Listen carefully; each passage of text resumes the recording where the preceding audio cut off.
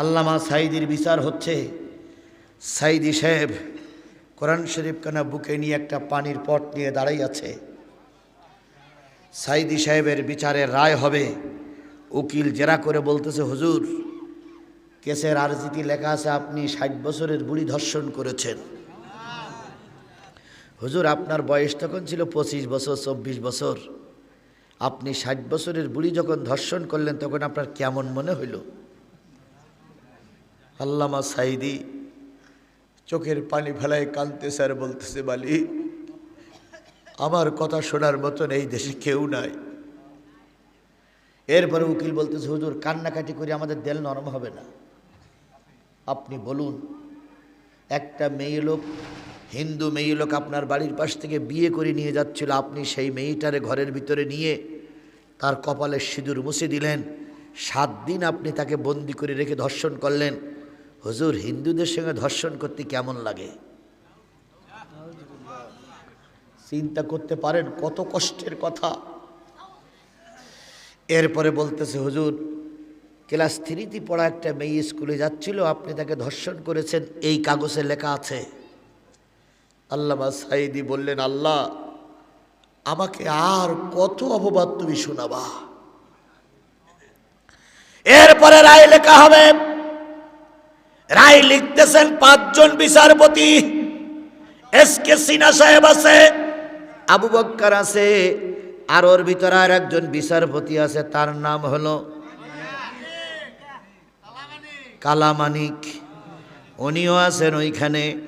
4 জন বিচারপতি লিখলো, কেউ লিখলো আমৃত্যু, কেউ লিখলো যাবজ্জীবন, আর কালামানিক রায় লিখলো হুজুরকে ফাঁসিতে মারতে হবে আর নাইতে গুলি করে মারতে হবে। রায় যখন শেষ হয়ে গেল, বিচারপতি এসকে সিনহা বললেন, হুজুর আপনার কোনো বক্তব্য? হুজুর দাঁড়িয়ে বললেন, ও আল্লাহর বান্দারা, রায় লিখেছো, তোমাদের হাতে কলম আছে, কাগজ আছে, কিন্তু জেনে রেখে দিও এই রায় কিন্তু শেষ রায় না, এই বিচার আদালত কিন্তু শেষ না, আর একটা আদালত আমার মালিকের কাছে আছে। সব বিচারপতিরা কাগজ কলম নিয়ে একটু চুপ করে থাকলেন। বিচারপতি মানিক দাঁড়িয়ে বলতেছে, আপনার আল্লাহরে বলেন, আল্লাহ যে রায় দেয় সেটা পরে হবে, এখন তো আপনার ফাঁসি দিয়ে নেই। আল্লামা সাঈদী বললেন, আল্লাহ তুমি দেখো, 4 জন বিচারপতির 2 জন এখনো বাংলাদেশে আছে, আর 2 জন বিদেশে চলে গেছে। আর কালামানিক, এই শেখ হাসিনা রহমাতুল্লাহ আলাইহি, ইনি পালানোর পর কালামানিক সিলেটের এক অঞ্চল দিয়ে কি করতেছিলেন? পালাই যেতে গিয়ে তিনি ধরা পড়লেন। জনগণ মেরে তারা কিসের পরে সবাই রাখলো? কলার পাতার পরে সবাই রাখলো। আল্লাহর ওলিদের দোয়া কিভাবে কবুল হয়? জনগণ আমাদের দেশের বিজিবি দিয়ে ধরে নিয়ে আসলো। জনগণ জেজা পাইতেছে, টিম মারতেছে, লাথি মারতেছে, উপরের থেকে মারতেছে, বিজিবি মারতে দিচ্ছে না। হঠাৎ করে একজন কৃষক মাঠে কাজ করতে করতে শুনেছে কালামানিক ধরা পড়িস। ও কাশি নিয়ে সোজা দৌড়ে এসে বলতেছে, বিজিবি ভাই কালামানিক কই? কই ওই যে দাঁড়াই আছে। আর ও দূরের থেকে যেয়ে লাথি মারবে না মারবো, জাগায় লাথি মেরিস। এক লাথিতে একটা বিসি আউট। শুধু আউট হয়নি, 7 হাত দূরে যেয়ে বিসি পড়িস। কয় লাথি? কয় লাথি? এগুলো আল্লাহর বিচার, কথা বলেন ঠিক না ঠিক? কি কায়দায় করেছিল? বলেছিল আমরা পালাই না, আমরা পাই। বাংলাদেশের কোন সরকার পালাই যায়নি, এরাই কেবল পালাই গেছে, কথা বলেন ঠিক না ঠিক? আরে এমন এক জালেম সরকার ছিল যে একবার প্রধানমন্ত্রী থেকে শুরু করে ওরগা পক্ষে যারা দালালি করে ইমামতি করত, সেই ইমাম পর্যন্ত পালিয়ে গেছে।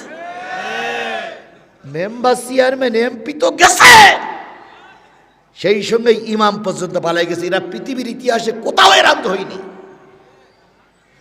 তো একটা বিসি যখন আউট হয়ে গেছে তখন হাসপাতালে নিয়ে সেলাই টেলাই করে কমপ্লিট করে হাসপাতালের বেডে রেখেছে। সাংবাদিকরা শুনেছে যে একটা আউট। তো সাংবাদিকরা যেই বলছে মানিক ভাই আসসালামু আলাইকুম, মানিক ভাই আসসালামু আলাইকুম, মানিক কচ্ছে ওয়ালাইকুম কুম ওয়ালাইকুম কুম ওয়ালাইকুম কুম। মানিক ভাই ঢাকা কেন? সমস্যা হয়েছে একটু। কয় কি? কয় ওয়াজ শুনো না। তো সাংবাদিকরা বলছে মানিক ভাই শুনলাম একটা নেই আউট হয়ে গেছে। তো বলছে শুনে চাও যখন তখন ওই পর্যন্ত থাক। মানিক ভাই ডান পাশেরটা গেল না বাম পাশেরটা গেল? মানিক তখন ওই অবস্থার আগে মেগে বলতেছে আমার পিসি আউট হয়ে যা, তোমার ডান পাশেরটা কি বাম পাশেরটা ঠিক পাচ্ছাও তাই না? সাংবাদিকরা বলতেছে মানিক ভাই তুমি না সাইদির ফাঁসি চাইছিলে, তুমি না সাইদির ফাঁসি দিয়ে মারতে চাইছিলে? কালামণিকের চোখ দিয়ে তখন পানি পড়তেছে, তখন বলতেছে আসলে আমি হুজুরকে চিনতে পারিনি। চিনতে পারবা যখন তখন আর বিকল্প রাস্তা খোলা থাকবে না। কথা বলেন ঠিক না বেঠিক? আজকেও মিজানুর রহমান আজারির চাইতে জনপ্রিয় ব্যক্তি আর বাংলাদেশে কেউ নাই। কথা বলেন ঠিক না বেঠিক? আজকে লালমনিরহাটে মাহফিল হয়েছে, সেখানে ৫,০০০ সেনাবাহিনী ২,০০০ পুলিশ দিয়ে তার ব্যারিকেড করা হয়েছে। এই আজারি সম্পর্কে যারা মাঝে বাজে বক্তব্য দিচ্ছ, খোদার কসম কালামানিকের যে অবস্থা হয়েছে তোমরাও যদি আলেমদের নিয়ে সমালোচনা করো তোমাদেরও বাংলাদেশে ওই অবস্থায় হবে। হয়তো কালামানিকের একটা পিসি আউট আর তোমাদের দুটো পিসি আউট।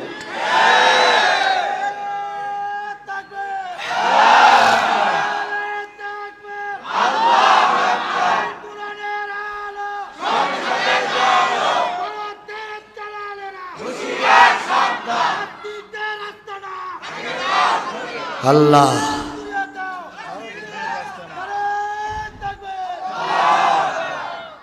বাপ আপনার বয়স হয়ে গেছে, যদি আপনার কষ্ট হয় আমি কিন্তু আপনার ছুটি দিয়ে রাখি। আপনি কষ্ট হলে একবার বলবেন, আমি লোক দিয়ে আপনার বাসায় পৌঁছে দেবো। জি আপনি শুধু আমার একটু বলবেন যে আমি চলে যাচ্ছি, আমি লোক দিয়ে আপনার বাসায় পৌঁছে দেবো। যেহেতু আপনি আমাদের গুরু, আপনি আমাদের মুরব্বী, বয়স্ক মানুষ, তো যদি সমস্যা হয় কমিটির লোক তাকে বাড়ি পর্যন্ত পৌঁছে দিয়ে আসবা। আমার ভাইয়েরা তাহলে বোঝা গেল আল্লাহর বিচার আছে না নাই? আরো জোরে বলেন আল্লাহর বিচার আছে না নাই? সেই আল্লাহ কি বাংলাদেশে আছে বলে মনে হয়? আরো জোরে বলেন আছে বলে মনে হয়? তাহলে ভয় পেও না, ময়দানে নামো। ময়দানে নামার দায়িত্ব তোমার, আর ময়দান দখল করে দেওয়ার দায়িত্ব আল্লাহর। আধারে ভয় পেও না, আধারে ভয় পেও না, আলো আছে আড়ালে, জালিমেরা পালিয়ে যাবে তুমি রাস্তায় দাঁড়ালে।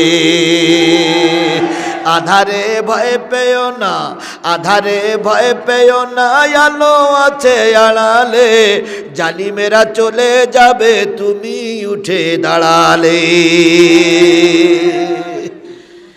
আল্লাহ নবী সাল্লাল্লাহু আলাইহি সাল্লাম কাবার ভিতরে ঢুকতে যাবেন, বাধা দিল কাবার কিওয়ালা। আরো জোরে বলেন কিওয়ালা? কাবায় তালা মারলো কে? সে যে এক চাবিওয়ালা, চাবিওয়ালা। কাবায় তালা মারলো কে? সে যে এক চাবিওয়ালা, চাবিওয়ালা। আল্লাহ নবী ভেঙে পড়লেন না, দুঃখ পাইলেন কিন্তু ভেঙে পড়লেন না। টার্গেট নিলেন না, তাদের সহযোগিতায় ভিতরে ঢুকবো। কিছুক্ষণ পর আপন চাচা আবু লাহাব কাবার চত্বরে আসলো। নবীজি বললেন চাচা হাতখানা ধরে একটু কাবার ভিতরে কি নিয়ে যাওয়া যায়? আবু লাহাব গজ্জে উঠে বলতেছে না না, তোমার মতো অপবিত্র লোক কাবায় ঢোকা যাবে না। আবু জেহেল একই কথা বলল, আবু সুফিয়ান একই কথা বলল।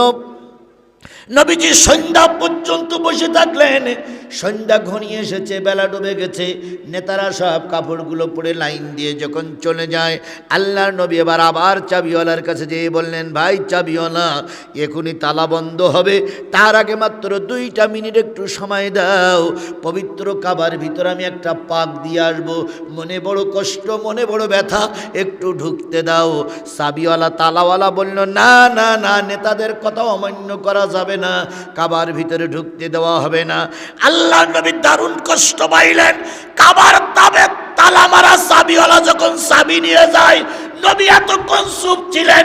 নবী ডাক দিয়ে বলতেছেন, চাবিওয়ালা, যাওয়ার আগে একটা কথা শুনে যাও। কি হয়েছে? একটা কথা শুনে যাও। কি? কয়, তোমার কাছে কাগজ আছে, কলম আছে, লিখতে পারো? কয়, কেন? কয়, কাগজ আর কলম যদি থাকে লিখে রাখো, তুমি যে চাবি আজকে আমাকে দিলে না, যে চাবি তুমি আমাকে দিলে না নেতাদের দোহাই দিয়ে, ওই চাবি একদিন নবী মুহাম্মাদের হাতে আসবে। আর একটু জোরে বলা যাবে না সুবহানাল্লাহ? আর একটু জোরে বলা যাবে না সুবহানাল্লাহ? ওই চাবি একদিন নবীর মুহাম্মাদের হাতে আসবে। চাবিওয়ালা ঘুরিয়ে দাঁড়িয়ে বলছে, কথাটা কি হইল? ছোটমুখী বড় কথা। এই চাবি তোমার হাতে আসবে, যখন চাবি তোমার হাতে আসবে তখন এই লাইন দিয়ে যে নেতারা যাচ্ছে, এই নেতারা বেশি থাকবে না। নবী মিসকে হাসি দিয়ে বললেন, আস্তে আস্তে আস্তে আস্তে। নবী মিসকে হাসি দিয়ে বললেন, ও কাবার চাবিওয়ালা ওসমান ইবনে তালহা তোমার নাম, শুনে রাখো, অনেক নেতা মৃত্যুবরণ করবে আর অনেক নেতা বেঁচে থাকবে, তারপরও চাবি আমার হাতে আসবে। ওসমান ইবনে তালহা বলেন, আমি? নবীজি বলেন, তুমিও বেঁচে থাকবা।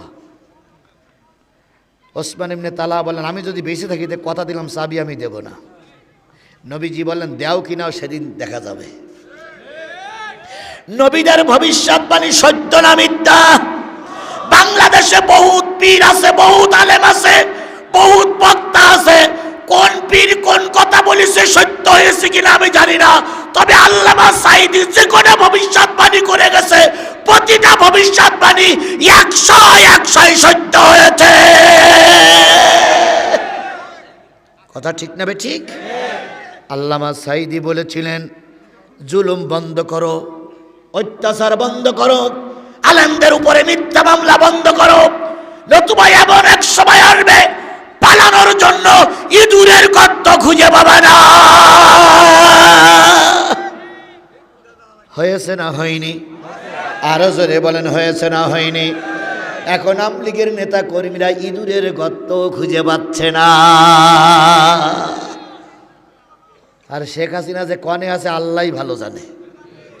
ছেলে এক জায়গায়, মেয়ে এক জায়গায়, বোন এক জায়গায়, বোনের মেয়ে এক জায়গায়, ভাইপো এক জায়গায়, আর উনি একা একা রান্না করতেছে আর খাচ্ছে আর বলতেছে, দেশের জন্য এত কিছু করলাম।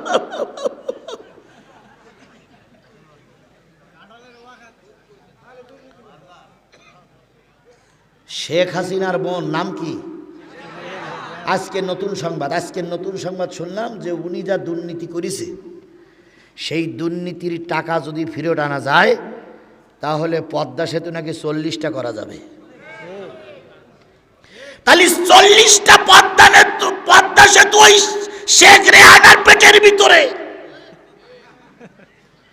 ডাক্তার মোহাম্মদ ইউনূসের বলি, যেখানে বাবা বিমানে দড়ি বেঁধে, কোমরে দড়ি বেঁধে ঝুলুই নিয়ে আসবা, ওদের পায়ে দড়ি বেঁধে ঝুলুই নিয়ে আসতে হবে। ওদের বিমানের সিটি বসাই নিয়ে আসলি বিমানের অপমান করা হবে। 40টা পদ্মা সেতু খেয়ে বসে আছে। কত বড় ভুড়ি! এদের ভুড়ি ভাড়া দরকার আছে না নাই? আর আমাদের আদম দিকে এখনো কিছু কিছু কিছু কিছু কিছু কিছু অবৈধ সন্তান, এখনো কিছু অবৈধ সন্তান করছে। শেখ হাসিনা ফিরে আসবে, তোমার শেখ হাসিনা ফিরে আসবার আমরা আঙুল চড়বো, একদম ধরি, একদম চিংড়ি মাছের মতো হত্যা করি ফেলবো একদম।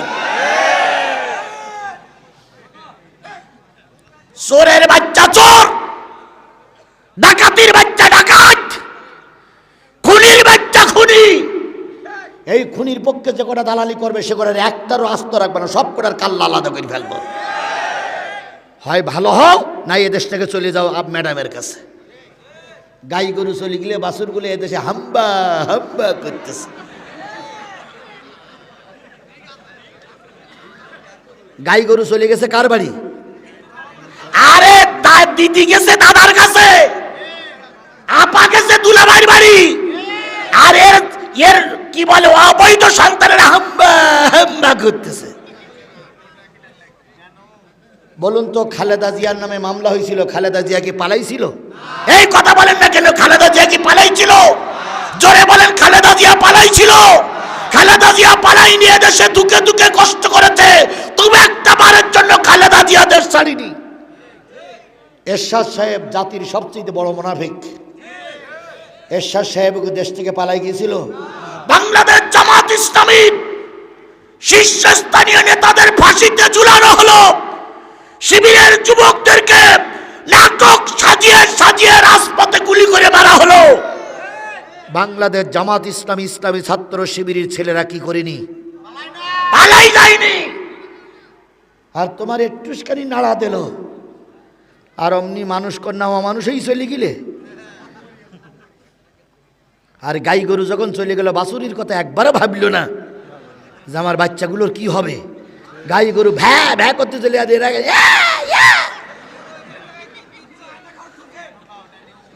ফাজলামি করো না। তোমরা কারা কারা কি করেছো সব আমাদের নক্তব্যে আছে, কথা বলে ঠিক না ঠিক? এই ময়দানে আমার মাহফিল করতে দেওনি তোমরাই, এই ময়দানে মজ করে সেই মজ ভেঙে দিয়েছিল তোমরাই। তোমরা অবৈধ ভাইয়ের জারস সন্তান।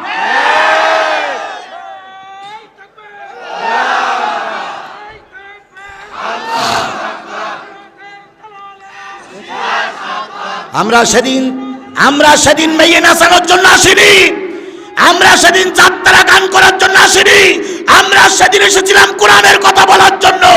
যাদের ষড়যন্ত্রের কারণে কোরআনের মাহফিল বন্ধ হয়েছে, এই জাতি তাদের চেনে না? এই কথা বলেন, আমরা তাদের চিনি না।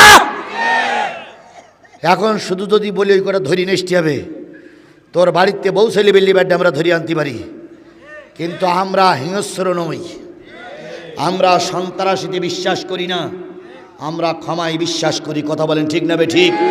আমার আল্লাহ ক্ষমায় বিশ্বাসী ছিল, আমার রসুল ক্ষমায় বিশ্বাসী ছিল, আমার নেতারা ক্ষমায় বিশ্বাসী, তাই এখনো বাজারে দোকান করে বেড়াচ্ছ, এখনো পৌঁছে পিলে নিয়ে ঘুরে বেড়াও। রতুবা তোমার মতন হিংস্র হলি এতদিন তুই ঠ্যাং ধরে ছিঁড়ে ফেলতাম একদম। সেদিন এক নেতার সঙ্গে দেখা, ওই নেতা আমার নামে মামলা দিয়েছিল। তো দেখা পেয়ে বলতে, জিয়াদি ভাই ভালো আছেন? সালাম আলাইকুম। সালাম আলাইকুম। সালাম আলাইকুম।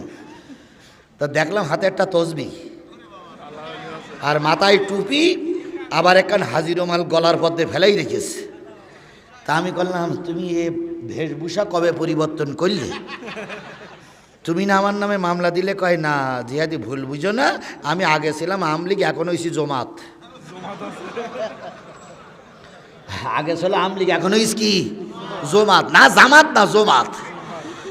তাই বলে তুই নাম জানো? কয় নামটাম জানার দরকার নেই, আগে ছিলাম আওয়ামী লীগ, এখন হয়েছি জমাত। তার মানে জামাত ইসলামও বলতে পারে না, এরা কতটুকু কায়া পাল্টাইছে চিন্তা করে দেখেন। আল্লাহ নবীর যতগুলো দোয়া কবুল হয়েছিল, এবার আসুন আল্লামা সাইদির আর একটা ভবিষ্যৎবাণী বলি। আল্লামা সাইদি বলেছিলেন, উত্তর গগনে কালো মেঘ জমেছে, কিরে কিসের পূর্বাভাস লক্ষ্য করছি? যদি শক্ত হাতে মোকাবেলা করতে না পারো, এমন অমাবস্যার আধার নেমে আসবে যার সবে সাদেক অসম্ভব। আল্লাহর কসম, বিগত 15টা বছর আল্লামা সাইদির কথা হাড়ে হাড়ে সত্য হয়েছে। এরপর আল্লামা সাইদি বলেছিলেন, আমাদেরকে মৌলবাদ বলে গালিগালাজ করবা না, আমরা মূলে আসি 12 কোটি। আর তোমরাই কয়জন আছো আগাবাদী? আমাদেরকে মৌলবাদ বলে গালিগালাজ করবা না। 12 কোটি মৌলবাদ গাছের গোড়ায় বসে একবার যদি ধাক্কা দেয়, ওই দাদার দেশে দিয়ে পড়বা, কিয়ামতের আগে আর আসতে পারবা না। হয়েছে না হয়নি? জোরে বলেন, হয়েছে না হয়নি? আমি মাঝে মাঝে রাতের বেলায় ঘুমানোর আগে চিন্তা করি, আল্লাহ তোমার এই অলি কিভাবে বুঝতে পেরেছিলেন যে দিল্লি যেয়ে পড়বা? আল্লাহর অলি তো মায়ানমারের কথা বলিনি, আমেরিকার কথা বলিনি, কোথার কথা বলেছে? দিল্লির কথা বলেছে। এখন ম্যাডাম দিল্লির বাড়ি, বড় বড় নেতারা দিল্লির বাড়ি। তাহলে আল্লাহর নবী অলিদের ভবিষ্যৎবাণী 100 সত্য হয়। এমন কোন জামাত বিএনপির লোক নাই যাদের নামে মামলা হয়নি। কথা বলে ঠিক না ঠিক? মামলাগুলো জিবরাইল আর মিকাইল এসে দিয়ে গেছে। সেই জিবরাইল আর মিকাইল আসলি বলে, হুজুর ওয়াজ করবেন, রাজনীতি করবেন না, জিপ টেনে ছিঁড়ি ফেলবে একদম। ফাজলামি করার জায়গা পাও না। না 15টা বছর আমার দেশের চুষে খেয়ে ফেলাইছে। আল্লাহ হয় ওদের হেদায়েত দেখ, নাই ম্যাডাম যে পথে গেছে ওরাও সেই পথে চলে যাক। আমার ভাইয়েরা, রাসূল ভবিষ্যৎবাণী বললেন চাবি একদিন আমার হাতে আসবে। আল্লাহ চলবে চলবে। তাহলে একজন মুরব্বী যে উঠে গেলেন, মুরব্বী মুরব্বী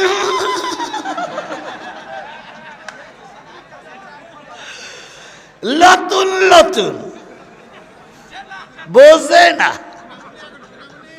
সোনামণি জি, সোনামণি। আল্লাহ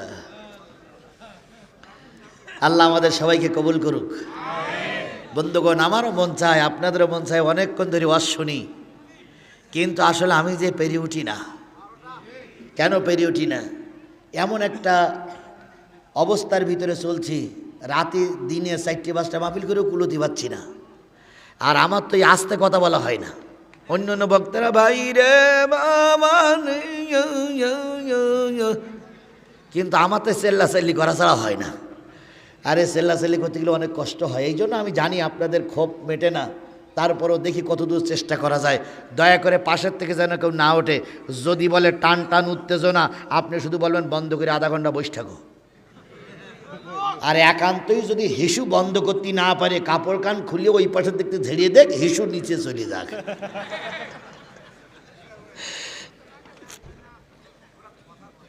আমার ভাইয়েরা, যে জিনিসটা বোঝাতে চাচ্ছিলাম, নবী বললেন চাবি একদিন আমার হাতে। অহংকারীরা অহংকার করে চলে গেল। আল্লাহ নবী চিন্তা করলেন মক্কায় আর থাকা যাবে না, হিজরত করে চলে গেলেন মদিনায়। 8টা বছর মেহনত করলেন। কয় বছর? এই আদমদিগির মুসলমানের স্পষ্ট করে বলেন কয় বছর? 8টা বছর মেহনত করার পর নবী 10,000 মধ্যে মুজাহিদ নিয়ে কাবা দখল করে ফেলল।